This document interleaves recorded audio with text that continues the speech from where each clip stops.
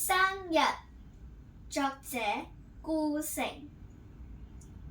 因為生日，我得到了一個彩色錢夾。我沒有錢，也不喜歡那些乏味的分幣。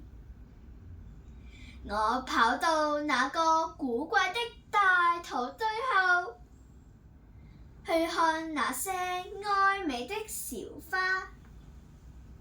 我說，我有一個倉庫了，可以用來儲存花紙。錢夾裡真的裝滿了花紙，有的黑亮黑亮，像奇怪的小眼睛。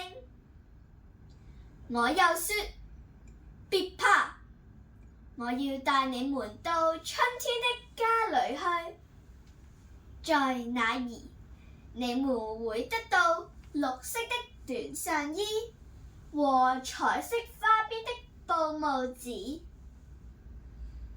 我有一個小錢夾了，我不要錢，不要那些不會發芽的分幣，我只要裝滿小小的花紙。